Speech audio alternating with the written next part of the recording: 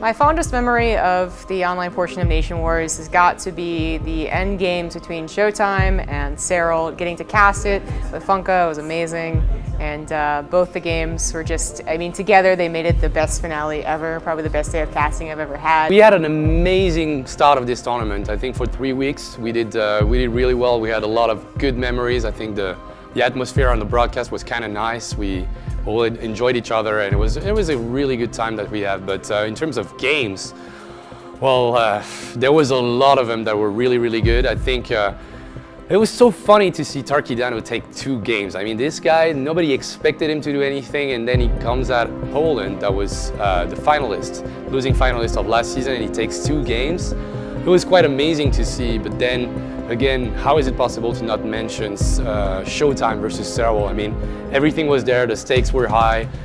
From the top 4, I expect obviously some very good games. I thought round of 8 did have a chance to have some one-sided series, which we saw, but the round of 4 should be very different. We have Mexico versus the Netherlands, and Special, after showing what he did versus South Korea, should be fantastic against the Netherlands and their well-rounded lineup. That is going to be probably the best series that we will have. I'm really excited about that best of 7. Those 2 teams, they've got a lot to show for. The Dutchies, they've got the deepest lineup in the tournament. Everybody is playing amazing, and Harstem making it even tougher for the opponents because he's playing better than what everybody expected. And then on top of that, I mean, you've got Mexico, and Mexico, they all killed in the quarterfinal, and it wasn't so special. It wasn't the best player. It was Cham that was able to do that. So he is he's a force to reckon with, and I think that semifinals is going to be quite tough.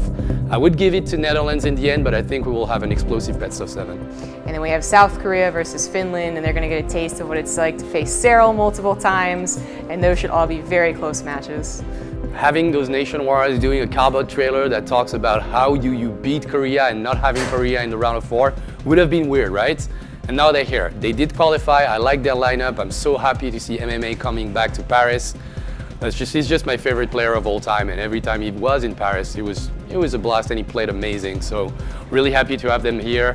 Finland, I mean, it was a team also that we wanted to have in Paris just because Cyril is playing so amazingly, and he has that opportunity in this format. I mean, it's all kill. He can do whatever he wants, and considering how good he plays these days, well, we're looking at a really tough player that could probably take the tournament on his own. I still believe that South Korea will take the tournaments. They always are contenders in the finale, and sometimes, you know, some things happen and they don't always win it, but I think that they're always the most likely to, and that still holds true for Nation Wars 5. I think Korea can win, but they won't. They didn't win in Nation Wars 3. They won't win in Nation Wars 5. It's one every 2 years, right? So this time, I do think it's going to be the Netherlands.